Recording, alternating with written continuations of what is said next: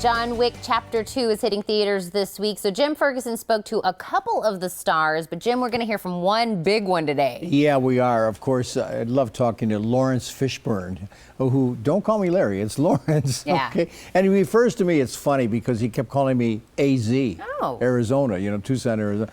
And he loves Tucson, by the way. He plays this is an action-packed movie. The first one, 2014, John Wick, big box office hit. This one's even going to be, I liked it even better than the original, the sequel.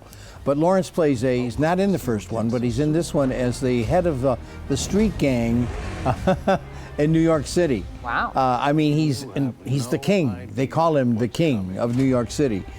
Good casting. Good casting. And I had fun talking to Laurence about John Wick Chapter 2.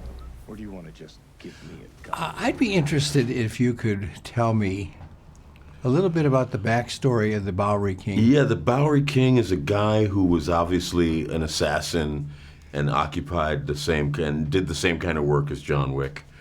They had some kind of altercation, some kind of incident between them. So they have a history. Years ago. They have a history, and the Bowery King sort of left the world of the assassin, went underground, and created his own kingdom. With the street people. Yes, yes. Interesting, interesting. Mm-hmm. And he's fond of pigeons. Yes, he's a bird man, I suppose. Did you actually have to?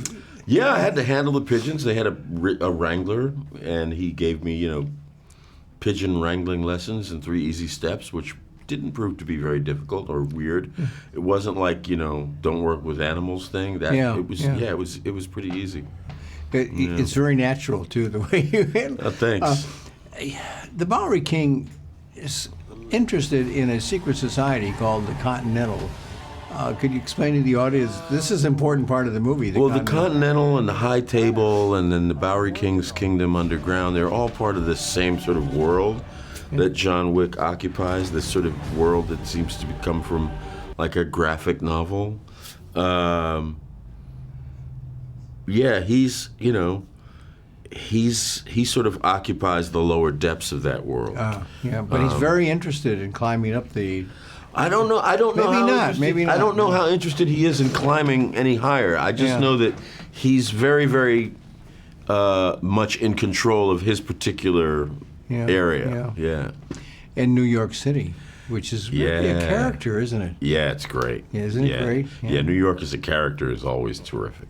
Terrific. Yeah. I admired the way you play these over-the-top characters all the way from Shakespeare to the Bowery King. Yeah, it's pretty good. Do you like that? Yeah, I mean, it's bigger than life. It's fun. I'm lucky, man. He seems like a good interview. He is a good interviewer. Yeah. He is a real. But as you were telling me, from the King of New York to the Bowery King, now he's come complete circle. Exactly. We have Keanu on this Friday. He's John Wick. He's John Wick, and it's probably the best interview. And I've interviewed Keanu maybe 10, 12 times. The best interview I ever had with him. Well, I said maybe you caught him on a great day. Maybe, but everyone said the same thing. He was really into the film and into his character. And I'll review the film as well. But next Tuesday, one of your favorite people. Yeah, Common. I said Common's in the movie. Common's in this. He's got a big part. And he is the rival to John Wick. Okay. They have a little shootout and stuff like that. So really good casting for this. If you like action, boy, get a big bag of popcorn, go see it. This is it. All right, guys, to catch even more of Jim's celebrity interviews, just visit TucsonMorningBlend.com and search for Hollywood Happenings.